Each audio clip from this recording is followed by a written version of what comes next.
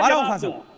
हाँ, अब आप इनसे ये पूछिए, मेरे नाना वो इमामत कराते थे, मैं कुरैशी हूँ, वो इमामत कराते थे, मेरे दादा वो इमामत कराते थे, हमारे मामा के भाई वो इमामत कराते थे। तो आप कुरैशी किसमें आते हैं आपको तो अच्छे से पता ही होगा। उसके बावजूद भी हमारे पास इमामत तक के हक है। याद रखिएगा, ये आप जो विभाजन की राजनीति करने की कोशिश कर रहे हैं, आपको पता होगा।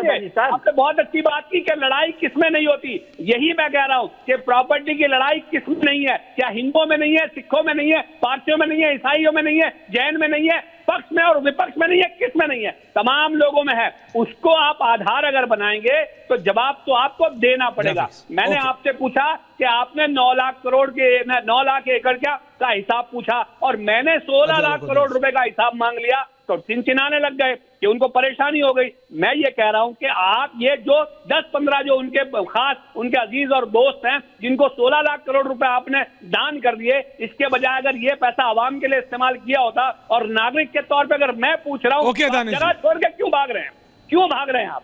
हाँ, रह गई बात गैर नीतियों की। मेरे सवाल का जवाब नहीं दे रहे सर, नहीं दे रहे। एयरपोर्ट इनका है, पार्लियामेंट इनकी है, आपने वैलिड सवाल पूछा है। अजय जी आ रहा हूँ, अजीज खान साहब, अजीज खान साहब, अजीज खान साहब, अजय जी आ रहा हूँ, उसके बाद सीधा सतीश दादा आ रहा हूँ। और 5 साल से कम का मुसलमान सतीश जी को लाई, Danish ji no please come down, Danish ji no please. Aziz Khan Sahab, Aziz Khan साहब जी देखिए सूर्या जी, अभी विजय जी ने कहा साहब ये पसमानदा और अशरफ मुसलमान के बीच की लड़ाई है। गलत कहा। ये किसी के बीच की कोई लड़ाई है ही नहीं। सच्चाई है, बीजेपी अपनी कमजोरियों को छिपाना चाहती है। भाई उसके पास कोई काम नहीं है। वो चाहती है कि इस तरीके का प्रोपेगेंडा पैदा करके, माहौल को खराब करके, वो चाहती है कि इससे हिंदू भाई खुश होगा, क्योंकि इसका हिंदू से कोई लेने देना नहीं। छोड़िए, मैं आपसे पूछ रहा हूं कि अपनी आपको लगता है भारत का, सुनिए सर, भारत की राजधानी नहीं, आप सुनिए। अरे भाई सुनेंगे नहीं भाई, इंदिरा गांधी इंटरनेशनल एयरपोर्ट वक्फ बोर्ड पे है क्या? भारत की संसद वक्फ बोर्ड की जमीन पे है क्या? मैं आपसे सीधा सवाल पूछ रहा हूं। ये सब कॉलोनी छोड़िए। सर सुनिए ना मेरी बात। हाँ, क्या है क्या नहीं है इसके बारे में मुझे कोई जानकारी नहीं। इसके कागजात होंगे, अगर होगा तो होगा, नहीं होगा तो नहीं होगा। एक छोटी सी बात बताता हूं, क्यों कमेंट करें? नहीं, एक छोटी सी बात। एक वकील साहब, 2 है वकील साहब, सुनेंगे आप? नहीं, अब आप मेरी बात सुनिए। 2 है वकील साहब, दोनों आपके राष्ट्रीय अध्यक्ष के बहुत करीबी हैं। जब भी केस आता है उनके पास जाते हैं, कांग्रेस के पास भी जाते हैं, आपके पास भी जाते हैं। एक को तो सांसद भी बना दिया। आप कभी अपना केस लेके उनके पास चले मत जाइएगा अजीज खान साहब, राजनेता में केस होता है। दोनों के घर गोल्फ लिंक्स में, सही बता रहा हूं, आप हंस रहे हैं। दोनों के घर गोल्फ लिंक्स। एक सवाल पूछ लीजिए, दोनों के घर गोल्फ लिंक्स में, और उस पर वक्फ बोर्ड दावा ठोक रही है। आप समझ रहे हैं मेरी बात? ये अब्सर्डिटी है, सिर्फ उनके नहीं, कितने और लोगों, मंगोलपुरी, पूरा Vasant Vihar, this is absurdity. Bharat की संसद नहीं छोड़ रहे, एयरपोर्ट नहीं छोड़ रहे, मंगोलपुरी नहीं छोड़ रहे आप, ये हद है। अजय आलोक जी। सर मुझे बोलने नहीं दिया आपने। कितना बोलिएगा? एक सवाल इनसे छोटा सा पूछ लीजिए। किस इस्लामिक देश में वक्फ बोर्ड है? ओके, किस इस्लामिक देश में वक्फ बोर्ड है? दीजिए जवाब। भारत में क्यों है? सतीश जी को ले आइए। बस इतना छोटा सा सवाल है, जवाब दे दीजिए। ओके, छोटा जवाब। एक इस्लामिक देश जिसमें वक्फ बोर्ड। रिलैक्स, आ रहा हूं। अभी सवाल पूछा, जवाब नहीं दे रहे। जवाब दीजिए खान साहब। नहीं मिलेगा जवाब। पूछ रहे ना सर? हाँ, आप ही से मिलेगा जवाब। अजय आलोक जी को सुनिए ना मेरी बात। अजय आलोक जी को शायद बहुत तकलीफ है। अभी इनको वक्त का मतलब ही नहीं पता है कि किस मुस्लिम देश में है, किस मुस्लिम देश में नहीं है। इस बात को पहले समझ लें कि वक्त करते कैसे हैं और क्यों करते हैं। बताइए ना। शायद इसका अंदाजा इनको नहीं है। अरे मैं जानना चाहता हूँ, बता दीजिए मुझे। अरे हम बता रहे हैं ना आपको, हम बता रहे हैं ये निजी संपत्ति है। वक्त का मतलब निजी संपत्ति, और इसको एक देश का नाम लीजिए ना जहां वक्फ बोर्ड है, भारत को छोड़ के। अगर वक्फ बोर्ड बना है तो यहाँ भाई भारत को छोड़ के एक देश का नाम बताइए ना जहां पे वक्फ बोर्ड है।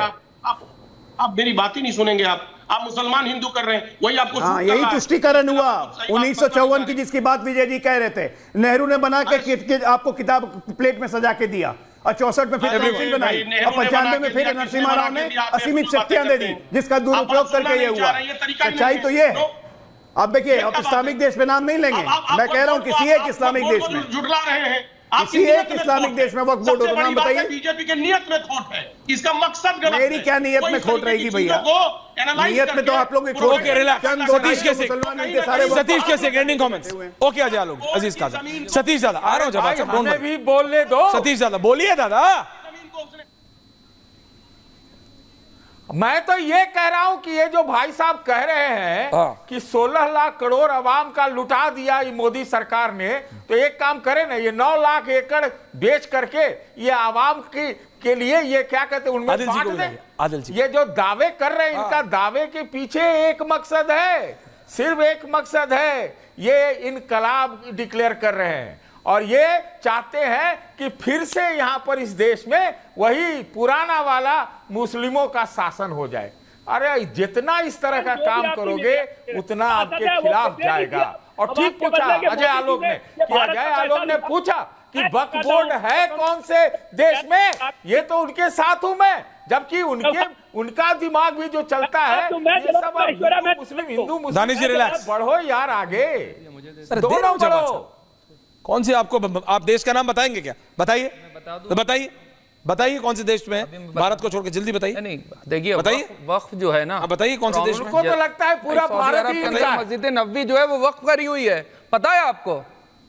सऊदी अरब के अंदर जो मस्जिद नबवी है वो वक्फ करी हुई है। आलोक जी को रखिए। वक्फ की जितनी भी जमीनें होंगी, चाहे किसी भी मुल्क में हो गई, चाहे जितनी भी मस्जिदें होंगी, चाहे आप देख लीजिएगा, चाहे आप जो कब्रिस्तान होंगे, वो वक्फ की जमीनों पर ही मिलेंगे, बाकायदा वक्फ करा जाता है उसको। बहुत अच्छी बात। और पूरी दुनिया के अंदर सऊदी में है वक्फ बोर्ड, वक्फ करा जाता। बोर्ड जो आप कह रहे हैं, बोर्ड जो बोर्ड के ऊपर, आप बोर्ड के ऊपर सऊदी में है वक्फ बोर्ड, तो बेकार है ना बोर्ड। अरे बोर्ड बोल दीजिए बेकार है। अरे बोर्ड नहीं, हमें दूसरे मुल्कों से क्यों कंपेयर करने लगते हैं? हम इसी भारत के बाशिंदे हैं, इसी मुल्क में रहते हैं, इसी संविधान पे यकीन करते हैं, इसी संसद पे। सऊदी में संसद पे आप दावा ठोक रहे हैं कि वो संसद वक्फ बोर्ड पे। नहीं, हम दावा नहीं ठोक रहे, दावा नहीं ठोका, बताइए कहां ठोका? संसद पे कहीं दावा नहीं ठोका गया, सिर्फ इंफॉर्मेशन है। किसी ने आकर के क्लेम नहीं करा, आकर उसको गिरफ्तार कहां क्लेम करा? झूठ बोल रहे हैं आकर के।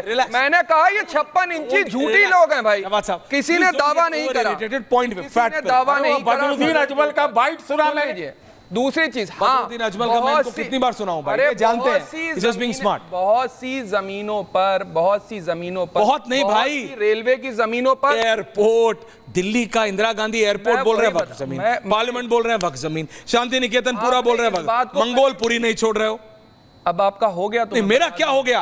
वक्फ बोर्ड का कब होगा ये पूछो यार। बोर्ड सुनिए, मान के नहीं दे रहा अगला। वक्फ बोर्ड कुछ नहीं छोड़ रहा, भारत का है, इसी भारत के अंदर मंगोलपुरी वक्फ बोर्ड का, बोर्ड इसी भारत का। मेरे को बोल रहे हो मेरा हो गया, वक्फ बोर्ड का नहीं हो रहा है, भारत का है। अगला 9.5 लाख एकड़ करोड़।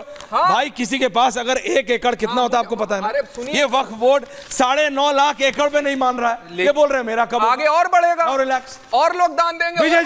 विजय जी भैया, पार्लियामेंट किसी ने नहीं दान दी, एयरपोर्ट किसी ने नहीं दान दिया। विजय जी 10 सेकंड ना, जवाब साहब don't over, do not over reach. और दानिश कुरैशी, एक लाइन केवल कहना चाहता हूं कि अजीज साहब और दानिश साहब कह रहे हैं कि हमारे पास जो कागज है उसके हिसाब से, मैं ओवैसी साहब को सुन रहा हूं, वो सारी रैलियों में कह रहे हैं कि भाई कल को कागज मांगेंगे, कागज कहाँ है हमारे पास? तो ये सारी जो जमीन आपकी एयरपोर्ट की है, संसद की है, वो बिना कागज वाली है उनके पास।